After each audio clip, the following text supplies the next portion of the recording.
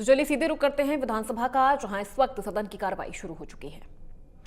दूसरा, इसमें वो विधवा के सभी बच्चों के लिए मैंने पूछा था, उसका जवाब आपने दिया नहीं। क्या यह सही है कि मुख्यमंत्री विशेष योग्यजन स्वरोजगार ऋण योजना में ऋण की स्वीकृति संबंधित बैंक द्वारा की जाती है? ई मित्र से ऋण आवेदन विभाग को प्राप्त होता है, वह विभाग वह आवेदन बैंक को ऑफलाइन मोड से भेजता है। यदि हाँ, तो क्या सरकार बैंक को ऋण आवेदन प्रस्ताव ऑनलाइन भिजवाकर निष्पादन करने का विचार रखती है? स्पष्ट करें। और ये विधवा बच्चों का बता देना, सबको ले रहे हैं। माननीय अध्यक्ष महोदय, पालनहार योजना में जैसा माननीय सदस्य बता रहे हैं, कैंसर रोगियों के आश्रित बच्चों को सम्मिलित करने का प्रकरण पहले तो नीतिगत निर्णय से संबंधित है, इसलिए परीक्षण करवाया जाएगा। और दूसरा, विधवा महिलाओं के सभी बच्चों के बारे में बताया, इसके बारे में भी आवश्यक कार्रवाई करके आपको सूचित कर दिया जाएगा। दूसरा, आपने जो बैंक और विभाग के बीच मुख्यमंत्री विशेष स्वरोजगार योजना के तहत, विशेष योग्यजन स्वरोजगार योजना के तहत जो पेंडिंग एप्लीकेशंस आती है, उसका समन्वय कर निस्तारण करेंगे और आवश्यकता होने पर ऑनलाइन पोर्टल के बारे में भी आवश्यक कार्रवाई करने का प्रयास करेंगे। अगला प्रश्न है श्री अंशुमान सिंह भाटी। माननीय अध्यक्ष महोदय, प्रश्न संख्या 2875। माननीय मंत्री जी। माननीय अध्यक्ष जी, खंड 1, वर्तमान में बीकानेर जिले में ग्रामीण क्षेत्र में 579 579 एवं शहरी क्षेत्र में 285 कुल 864 उचित मूल्य दुकानें हैं। राशन डीलर का नाम, गांव का नाम सहित विवरण परिशिष्ट 1 पर संलग्न है। खंड 2, जिला बीकानेर में कुल 17 उचित मूल्य दुकान निलंबित है। निलंबित एवं अटैच दुकानदारों का दिनांक सहित विवरण परिशिष्ट 2 पर संलग्न है। खंड 3, बीकानेर जिले में 9 राशन दुकानें, 7 रिक्त एवं 2 नवसृजित के आवेदन लंबित है। पूर्व में कोरम के अभाव में बैठक के स्थगित होने, चुनाव आचार संहिता लगने एवं आवंटन सलाहकार समितियों के गैर सरकारी सदस्यों का मनोनयन समाप्त किए जाने के कारण आवंटन प्रक्रिया नहीं हो सकी है। अतः उचित मूल्य दुकान आवंटन सलाहकार समिति के गठन उपरांत उक्त आवेदनों का यथाशीघ्र निस्तारण किया जाएगा। विभागीय निर्देश दिनांक 7/4/2010 एवं 26/12/2019 द्वारा राष्ट्रीय खाद्य सुरक्षा योजना के अंतर्गत चयनित 500 राशन कार्डों अथवा 2000 यूनिटों पर नवीन उचित मूल्य दुकानें खोले जाने के मापदंड निर्धारित हैं, जिसके अनुसार उचित मूल्य दुकान के पुनर्निर्धारण कर आवश्यकता अनुसार उचित मूल्य दुकानों का गठन किया जाता है। माननीय सदस्य। मैं सप्लीमेंट्री प्रश्न पूछना चाहूंगा अध्यक्ष महोदय। राशन दुकान के निलंबन पश्चात प्रथम अटैचमेंट का चार्ज नए डीलर के पास कितने महीने तक रह सकता है? मंत्री महोदय बताने कष्ट करें। माननीय मंत्री जी। इसमें 6 महीने का नियम है, पर इसमें हम आप अटैचमेंट का 6 महीने का नियम चलता है इसमें। माननीय सदस्य कोलायत चैनल को बताना चाहूँगा। मैं आपको बताना चाहूंगा, जो आपने मुझे उत्तर दिया उसमें प्रथम अटैचमेंट और द्वितीय अटैचमेंट के बीच में तकरीबन 1 साल का समय। तो आप इसका अगर हमें बता पाएं कि किस कारण से हुआ। मैं माननीय सदस्य को आश्वस्त करूंगा, ऐसा प्रकरण आप मेरे संज्ञान में लाएं तो जरूर उस पर कार्रवाई आवश्यक अनुसार कार्रवाई। दूसरा प्रश्न पूछूंगा, क्या निलंबित पश्चात राशन दुकान का चार्ज निकटतम डीलर को देने का नियम है, तो इसकी पालना क्यों नहीं करेगी? क्योंकि कई गाँव में 2-3 गाँव छोड़ के राशन डीलरों की जो चार्ज है वहाँ दिए गए, इससे ग्रामीणों को काफी दिक्कत होती है और आमदन में समस्या काफी विद्यमान है। माननीय सदस्य को मैं कहना चाहूँगा कि इस तरह के प्रकरण यदि कोई संज्ञान में आएंगे तो उस पर जो सरकारी नियम के अनुसार जो निकटतम दुकान है उसको अटैच करने का नियम है, उसी के अनुसार हम आवंटन किया जाएगा, अटैचमेंट चार्ज दिया जाएगा। यदि आप कैसे कोई प्रकरण ध्यान में, तो आप व्यक्तिगत मुझे बताइए, उस पर मैं तुरंत कार्रवाई करूँगा। आपकी श्री चंद कृपलानी 9 दोगे। प्रश्न संख्या 381। माननीय मंत्री जी। माननीय अध्यक्ष महोदय जी, खंड 1, सरकार द्वारा विगत 5 वर्षों में जनजाति बाहुल्य क्षेत्र में छात्र छात्राओं की छात्रावासों की सूची परिशिष्ट पर संलग्न है।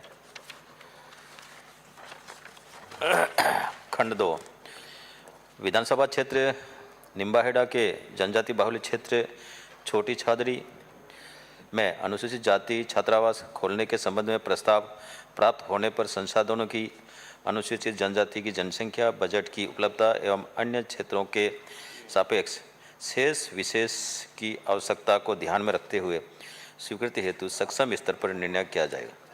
माननीय सदस्य। अध्यक्ष महोदय, मैं आपके माध्यम से माननीय मंत्री जी से पूछना चाहूँगा कि छात्रावास खोलने के मापदंड क्या है? एक तो आपके, दूसरा मेरा जो टीएसपी क्षेत्र छोटी सारडी है वहाँ पर 4 ग्राम पंचायतें ऐसी है जिसमें 95% से अधिक जनजाति रहती है। इटोका तालाब, करणपुर कला, कालाकोट व डाबरा, तथा 9 पंचायतें जहाँ पर 56% से ज़्यादा अनुसूचित जाति जनजाति के लोग रहते हैं। क्या सरकार वहाँ पर जनजाति छात्रावास खोलने का विचार रखती है, तथा जहाँ पर टीएसपी क्षेत्र नहीं है निम्बाड़ा में, और वहाँ जनजाति क्षेत्र की 2 पंचायतें जिसमें 60% 70% वहाँ रहते हैं, वहाँ भी खोलने का विचार है। मैं अध्यक्ष महोदय आपके माध्यम से हमारी पूर्ववर्ती सरकार के मंत्री नंदलाल जी मीणा साहब को धन्यवाद देना चाहूँगा कि वहाँ पर जितने भी हमारे हॉस्टल खुले, नंदलाल जी मीणा जब मंत्री थे आपके डिपार्टमेंट, उन्होंने खोले। कांग्रेस के राज में एक भी हॉस्टल हमारे यहाँ नहीं खुला। अरे प्रश्न पूछो माननीय सदस्य। पूछ लिया ना साहब मैंने, बताइए मंत्री जी। माननीय मंत्री जी। माननीय अध्यक्ष महोदय जी, माननीय सदस्य का सवाल वास्तव में सही है। विभाग द्वारा नवीन छात्रावास खोले जाने के प्रस्ताव को संसाधनों तथा बजट की उपलब्धता, अनुसूचित जाति की जनसंख्या एवं अन्य क्षेत्रों के सापेक्ष क्षेत्र विशेष की आवश्यकता को ध्यान में रखते हुए छात्रावास हेतु आवंटित की जाने वाली निःशुल्क 2.5 एकड़ भूमि जिसके निकट राजकीय उच्च माध्यमिक विद्यालय संचालित हो, भूमि का क्षेत्र विद्युतीकृत हो व पानी की पूर्ण उपलब्धता हो, भूमि पक्की सड़क मार्ग से जुड़ी हुई हो व सुरक्षा क्षेत्र की सुरक्षा की दृष्टि से उपयुक्त हो एवं आवंटित की जाने वाली भूमि से हाई लाइन नहीं गुजर रही हो, ऐसे स्थान पर नवीन छात्रावास खोले जाने का निर्णय सक्षम स्तर पर से लिया जाता है।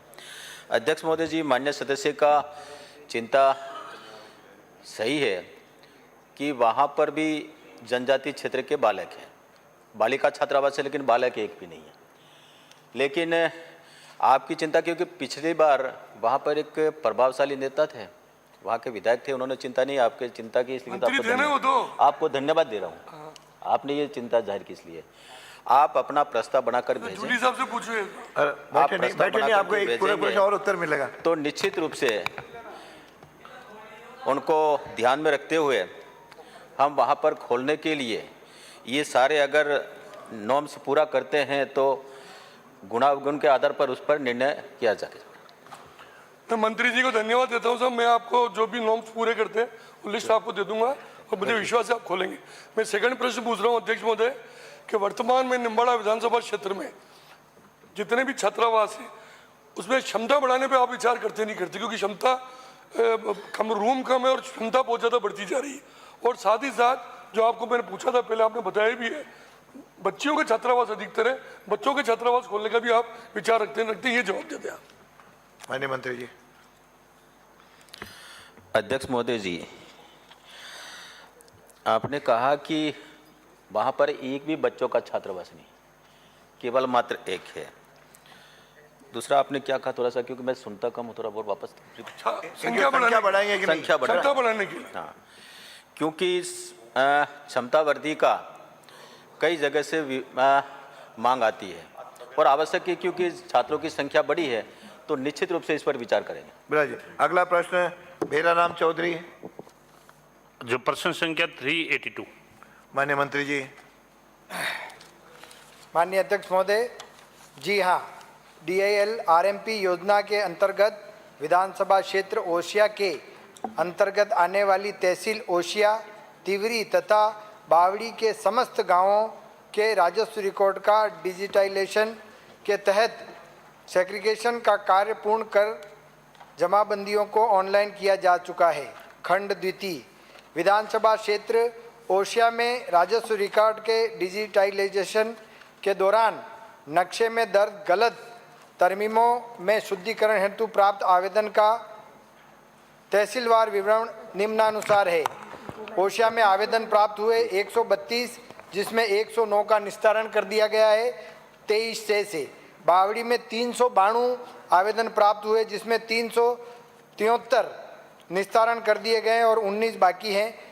तिवरी में 124 आवेदन प्राप्त हुए थे, जिसमें से 83 का निस्तारण हो चुका है, 41 बाकी है। राजस्थान भू राजस्व अधिनियम 1956 की धारा 136 के अंतर्गत तरमीम नक्शे संबंधी लिपिकीय त्रुटि को दुरुस्त करने का प्रावधान है।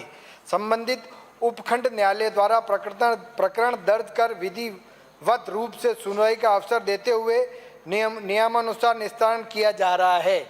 अलग से विशेष अभियान चलाने की आवश्यकता नहीं है। माननीय सदस्य। जो माननीय अध्यक्ष महोदय, यदि आपके माध्यम से मैं ये पूछना चाहूँगा, ये बड़ा सीरियस यदि प्रश्न है। वहाँ गांव के लोगों की पूरी शांति जो है भंग हो गई। ज़मीनों की तरमीम जो एक्चुअल में जो लट्ठा जो नक्शा है उसमें तरमीम तो सही है, लेकिन जो डिजिटल यदि भू अभिलेख के यदि जिस एजेंसी ने जो ये सर्वे किया है, ये उनकी गलती से या फिर पटवारी या आरआई की गलती से पूरे गांव की ज़मीनों की तरमीम जो है वो अस्त व्यस्त कर दी है। उसका जिम्मेवार जो सर्वे एजेंसी है या फिर पटवारी है, और जो जिम्मेवार है उनके खिलाफ में आप क्या कार्रवाई करेंगे? क्योंकि पूरे गांव की ज़मीन का तरमीम और लट्ठा नक्शा एकदम सही है, लेकिन ऑनलाइन में उन्होंने अपने मन मर्जी से कर दिया। उनके खिलाफ क्या कार्रवाई करेंगे? उत्तर आने दीजिए, क्या कार्रवाई करेंगे? माननीय अध्यक्ष महोदय, आंकड़ों के माध्यम से पूरी तरह से ये बात स्पष्ट है कि नक्शों में तरमीम और ये सब इनमें त्रुटियां हुई है। मैं आपके माध्यम से सदन को ये विश्वास, क्योंकि इसमें प्रावधान है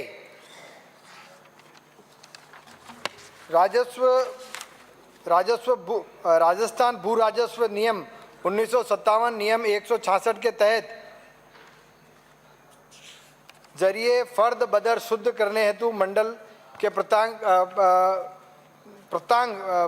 भेजने के लिए 7/11/2019 को समस्त कलेक्टरों को इसका शुद्धिकरण के लिए भेज रखा है। इसी प्रकार तहसील ऑनलाइन के पश्चात यदि नक्शों में किसी प्रकार की अशुद्धि रही हो तो राजस्थान भू राजस्व अधिनियम 1956 की धारा 136 के तहत तरमीम शुद्धि किए जाने हेतु कलेक्टर को निर्देशित कर रखा है। इसी प्रकार उत्तर आने दी पूरा, आप बोलो, आप पूरा करो। आप हो गया, ये दो प्रावधान है। हाँ, माननीय और जो माननीय अध्यक्ष महोदय, एक किसान घर में बैठा है, उसकी कोई गलती नहीं है, उसके नक्शे और जो तरमीम जो पहले से ही सही थी, जो सर्वे एजेंसियों ने जिन्होंने डिजिटल भू अभिलेख जो बोलते सर्वे एजेंसी ने और पटवारी ने जो गलती की है, अब वो 136 के अंदर वो एसडीएम के वहाँ चक्कर के ऊपर चक्कर काट रहा है और वहाँ पर वकील करता है, और वहाँ कभी तहसीलदार नहीं मिलेगा, कभी एसडीएम वहाँ सीट पे नहीं बैठेगा। उसकी तो शांति भंग हो गई। पिछले कम से कम 7-8 महीनों से इस प्रकार की समस्या चल रही है। मेरा आपसे निवेदन है कि जो आपके सर्वे वाली एजेंसी है, जो पिछली सरकार में 2020 और 21 में जिस सर्वे एजेंसी को ठेका दिया है, उसके खिलाफ आप कुछ कार्रवाई करना चाहते हैं या नहीं चाहते? माननीय मंत्री जी, अब माननीय अध्यक्ष महोदय, बोलो, जल्दी बोल रहे थे। माननीय अध्यक्ष महोदय, अरे आने उत्तर आने दीजिए। विपक्ष के नेता जो शेम कर रहे हैं, ये पूरा काम आप अपना उत्तर दीजिए। इन्हीं के माध्यम से हुआ है।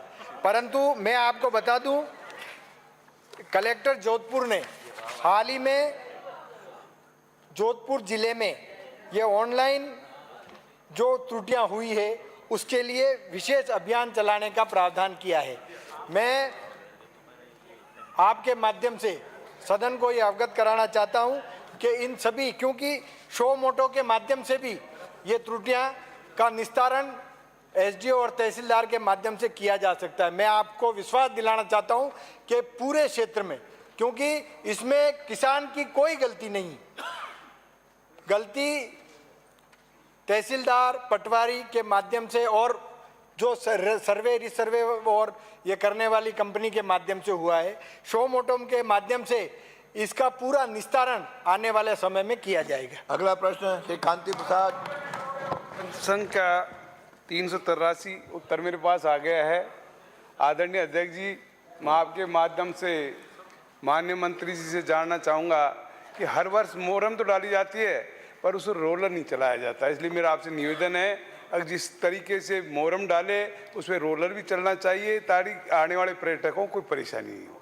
प्रश्न दूसरा मेरा ये है कि रणथंभौर भी नेशनल पार्क है, सरिस्का भी नेशनल पार्क है, वहाँ गणेश जी के मंदिर में इंटरलॉक टाइल डली हुई है, फिर हनुमान जी के मंदिर में इंटरलॉक टाइल डलाने में आपको क्या दिक्कत आ रही है? जबकि सरकारी मंदिरों के नाम से, गायों के नाम से बनी है। तो माननीय मंत्री जी, मेरा आपसे निवेदन है, आपके माध्यम सरकार से भी निवेदन है, जब मंदिरों के प्रति इतनी चिंता है तो आपको पांडुपोल हनुमान जी के यहाँ भी माननीय सदस्य इंटरलॉक टाइल निवेदन नहीं, प्रश्न पूछो। हाँ, माननीय सदस्य। माननीय अध्यक्ष महोदय, थानागाजी से आने वाले माननीय सदस्य ने सरिस्का स्थित पांडुपोल मंदिर को लेकर जो प्रश्न किया है, मैं आपके माध्यम से माननीय सदस्य को ये कहना चाहूँगा कि गत सरकार में आपकी बैसाखी के ऊपर ही वो सरकार टिकी हुई थी और आप चाहते तो उसमें वो सड़क बनवा सकते थे, लेकिन माननीय मुख्यमंत्री जी ने और माननीय वित्त मंत्री जी ने जो सदन में बजट प्रस्तुत किया, माननीय मुख्यमंत्री जी के द्वारा हर स्थिति में वन संरक्षण के लिए पेज नंबर 43 पर प्रदेश के संरक्षित वन क्षेत्रों में स्थित धार्मिक स्थलों में श्रद्धालुओं और वन्य जीवों की सुरक्षा को ध्यान में रखते हुए प्रथम चरण में सरिस्का स्थित पांडुपोल और रणथंभौर में त्रिनेत्र गणेश जी के लिए ईवी बेस्ड ट्रांसपोर्ट सिस्टम शुरू किया जाएगा। माननीय अध्यक्ष महोदय, जब ईवी बेस्ड ट्रांसपोर्ट सिस्टम के माध्यम से ई बस का प्रावधान माननीय मुख्यमंत्री जी द्वारा किया गया है, तो निश्चित रूप से आवागमन के लिए अच्छी साधन सड़क की भी आवश्यकता होगी। इसके लिए मैं माननीय सदस्य को आश्वस्त भी करता हूं और आपके माध्यम से कहना चाहूँगा कि सरिस्का को ध्वनि प्रदूषण एवं वायु प्रदूषण से मुक्त करने और श्रद्धालुओं तथा पर्यटकों को सुविधाजनक आवागमन उपलब्ध कराने के उद्देश्य से सरिस्का गेट से टहला गेट एवं पांडुपोल मंदिर मार्ग पर अच्छी गुणवत्ता की ग्रेवल सड़क बनवा करके वहाँ पे आवागमन में आने वाले श्रद्धालुओं को और जो टूरिस्ट आते हैं उनको अच्छी सुविधा मिले, उसके लिए मैं आपके बीच में, सदन के बीच में घोषणा भी करता हूँ। अगला प्रश्न है ये पूसाराम गोदारा। प्रश्न का उत्तर आ चुका है। प्रश्न संख्या 3901 354 नंबर पर माननीय अध्यक्ष महोदय के माध्यम से मैं मंत्री महोदय को पूछना चाहता हूं कि आपने 1.5 लाख रुपए की साख सीमा की लिमिट बताई है, एसटी लोन की और कृषक मित्र योजना की 3 लाख और एमटी लोन की 10 लाख रुपए बताई गई है। मैं माननीय मंत्री महोदय से, अध्यक्ष महोदय के माध्यम से पूछना चाहता हूं कि क्या इस लिमिट के अनुसार कितना प्रतिशत वास्तव में एसटी और एमटी लोन किसान को या सहकारी समिति के सदस्य को दिया जाता है? कृपया ये बताएं कि कितना लोन दिया जाता है। माननीय मंत्री जी। माननीय अध्यक्ष महोदय, माननीय रतनगढ़ से आने वाले विधायक जी ने जो प्रश्न पूछा है उसकी जो है उनको सूची उपलब्ध करा दी गई है। परिशिष्ट 1 पर है कि रतनगढ़ विधानसभा में हमने जो ऋण उपलब्ध कराया है 2022-23-24 में 10,162 किसानों को 5704 लाख रुपए का ऋण किसानों को अल्पकालीन ऋण उपलब्ध कराया गया और चूरू जिले में 86,853 किसानों को 463 करोड़ रुपए का ऋण उपलब्ध कराया गया। एमटी ऋण के कोई आवेदन हमें प्राप्त नहीं हुए, अगर आवेदन प्राप्त होंगे तो निश्चित रूप से उनको भी ऋण उपलब्ध कराया जाएगा। मैं अध्यक्ष महोदय के माध्यम से पूछना चाहता हूं कि 1.5 लाख की लिमिट सैंक्शन के विरुद्ध में ये एक सदस्य को इनके उत्तर के मुताबिक 5,600 रुपये मिलते हैं, क्या वो फसल बिजाई बीज के ही पैसे 5,006 रुपये नहीं होते? एक सदस्य को मात्र 5,500 रुपये दे रहे हो और उसकी लिमिट 1.5 लाख की है। इसलिए मेरा ये निवेदन है कि किसान हित में लिमिट के अनुसार उनको एसटी लोन दिया जाए। एमटी लोन के लिए आवेदन है, कृषि सार्थक कृषि मित्र के लिए भी आवेदन है, लेकिन आपकी बैंकों द्वारा उन्हें लोन नहीं दिया जा रहा है। ये सत्य था, इसलिए कारण बताए कि उनको क्यों नहीं दिया जा रहा है। प्रश्न बताइए। माननीय सदस्य द्वारा जो एमटी लोन और अल्पकालीन ऋण की बात की जा रही है कि अल्पकालीन ऋण जो है वो कम लिमिट से थोड़े से कम दिए जा रहे हैं। तो ऋण माफी के बाद थोड़े दिन साहब 5,000 रुपए देते हैं, 1.5 लाख। हाँ, उत्तर सुन लीजिए। मैं उसका पूरा बता रहा हूँ ना आपको। ऋण माफी के बाद में जो पुराने ऋणी थे उनको तो हम 50,000 से प्रतिवर्ष 5% बढ़ा करके उनको हम दे रहे हैं चूरू जिले में। और जो नए सदस्य जुड़े हैं, पिछली बार हमने इस साल भी 5 लाख नए सदस्यों को जोड़ने का हमने लक्ष्य लिया है और इस साल हमने लिमिट भी बढ़ाई है। निश्चित रूप से सरकार की मंशा किसानों को अधिकतम ऋण उपलब्ध कराने की है। निश्चित रूप से हम जो भावना है सदस्य महोदय की, हम उनको अधिकतम ऋण उपलब्ध कराने का प्रयास करेंगे।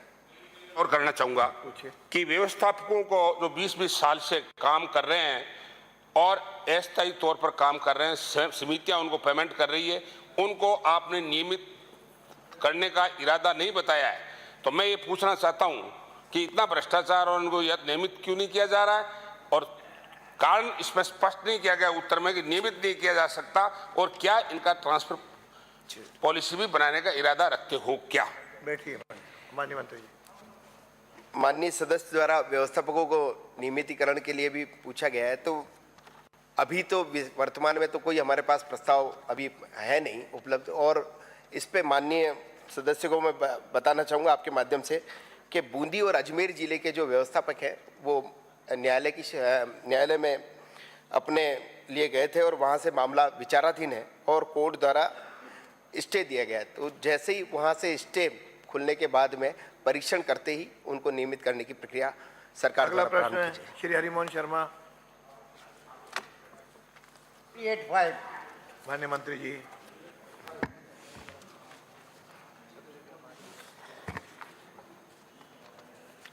खंड 1 विधानसभा क्षेत्र बूंदी में गत 3 वर्षों में विद्युत वितरण तंत्र में सुधार हेतु अधिक भार वाले 33 केवी व 11 केवी के फीडरों का विभाजन करना, नए ट्रांसफार्मर की स्थापना करना एवं टेढ़े मेढ़े क्षतिग्रस्त पोलों को सही करना या नए पोल इत्यादि कार्य के लिए आवंटित राशि का वर्षवार संख्यात्मक विवरण पृष्ठ पर उपलब्ध है। प्रसारण तंत्र के अंतर्गत 132 केवी ग्रिड सब स्टेशन रायथल व संबंधित लाइनों का निर्माण कार्य पूर्ण करके दिनांक 30/5/2024 को स्थापित किया गया है। आवंटित राशि का वर्षवार विवरण पृष्ठ ब पर उपलब्ध है। खंड 2 उक्त आवंटन राशि में से व्यय की गई राशि का वर्षवार विवरण पृष्ठ ब पर उपलब्ध है। माननीय सदस्य। माननीय अध्यक्ष महोदय, मैं माननीय आपके माध्यम से मंत्री महोदय से जानकारी लेना चाहता हूं कि जो RDSS के लिए जो धनराशि बूंदी विधानसभा क्षेत्र तथा बूंदी जिले के लिए जो स्वीकृत की गई है, उस स्वीकृत राशि में से अब तक कितने प्रतिशत राशि खर्च की गई है। दूसरा मेरा ये है कि जो 23-24 और 24-25 तक मेरी जानकारी के हिसाब से RDSS के लिए जून 25 तारीख फिक्स है और जून 25 तारीख तक उनको पूरा काम करना है। तो ये जो शेष राशि बची है, इसके लिए आप समय पर फीडर सुधार के लिए क्या कदम उठाएंगे? माननीय मंत्री जी।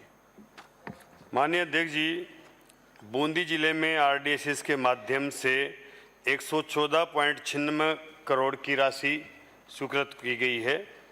उसके विरुद्ध अभी तक 15.9 करोड़ की राशि खर्च की जा चुकी है। जो माननीय सदस्य कह रहे हैं कि जून 25 तक ये काम पूरे होने थे, निश्चित रूप से ये काम जून 25 तक पूरे होने हैं। इस पर कार्य प्रगति पर है। ये कार्य आदेश पूर्ववर्ती सरकार के समय दिए गए थे, लेकिन उस समय जब टेंडर किए गए, टेंडरों में जो उनके फीडर हैं, जो उनकी जो सामान लगने चाहिए थे और उनकी सही तरीके से उनमें भिन्नता आने से वो कॉन्ट्रैक्टर इस काम को लेट भी कर रहे हैं, समय पर नहीं कर रहे हैं। हमने सरकार में आने के बाद मॉनिटरिंग शुरू करी है।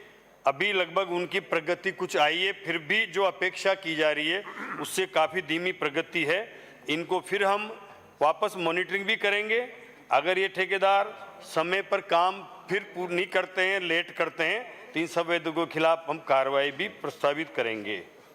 माननीय सदस्य ने, और जो ये कार्य आरडीएसएस के लिए पूछा है तो उनमें आपके 33 केवी के आप फीडर जो है वो उस पर भी 98 लाख का कार्य पूर्ण हो चुका है, जो 4 फीडरों का विभक्तीकरण का काम है। एक आपके 11 केवी के 17 फीडरों का विभक्तीकरण पर भी 164.67 लाख का काम पूर्ण हो चुका है। 11 केवी के एक फीडर का कृषि और कृषि पृथकीकरण में भी 2.5 लाख का कार्य पूर्ण हो चुका है। माननीय सदस्य। माननीय अध्यक्ष महोदय, अभी तक 114 करोड़ में से 15% राशि खर्च हुई है और टारगेट पूरा करना है इनको 26 जून 25 में। तो ये मुझे लगता नहीं है कि ये संभव हो कि सारा फीडर सुधार का कार्यक्रम 25 तक कर दे। इसलिए एक तो मेरा अनुरोध आपके माध्यम से ये है कि मॉनिटरिंग इतनी सख्त आपकी तरफ से होना चाहिए कि ये अपनी जो धनराशि है इसका सही समय पर उपयोग हो जाए। दूसरा मेरा प्रश्न सर, सब डिवीजन तालाड़ा में 2015 के कनेक्शन अभी तक नहीं हुए। 2015 के जिस कॉन्ट्रैक्टर को ये काम दिया गया और जो उसका टाइम पीरियड था उसको 2 साल से भी ज्यादा गुजर गए और 10,000 रुपए लेके तो वो सामान दे रहा है। मैंने आपसे पूर्व में भी निवेदन किया था, एक सेकंड, आपसे पूर्व में भी निवेदन किया था कि 15 के कनेक्शन नहीं होने के कारण सरकार 16 और 17 के कनेक्शन जारी नहीं कर पा रही है। दूसरी जगह 16 और 17 के हो गए। तो मेरा हाँ यही मैं कह रहा हूँ, चर्चा हो चुकी तो है। मैं यही निवेदन करता हूँ कि शीघ्रातिशीघ्र उन 15 के कनेक्शन पूरे करवा करके आप टाइम बाउंड 16 और 17 को तो दो, दूसरी जगह 17-18 के हो गए। तालाड़ा में अभी 15 ही लटका हुआ है। माननीय मंत्री जी, आपने बिजली की चर्चा में सारी बातें कह दी हैं। अरे आपने कह दी हैं। अगला प्रश्न, अब जो बताना है आपको, कुछ आपको कहना बताओ।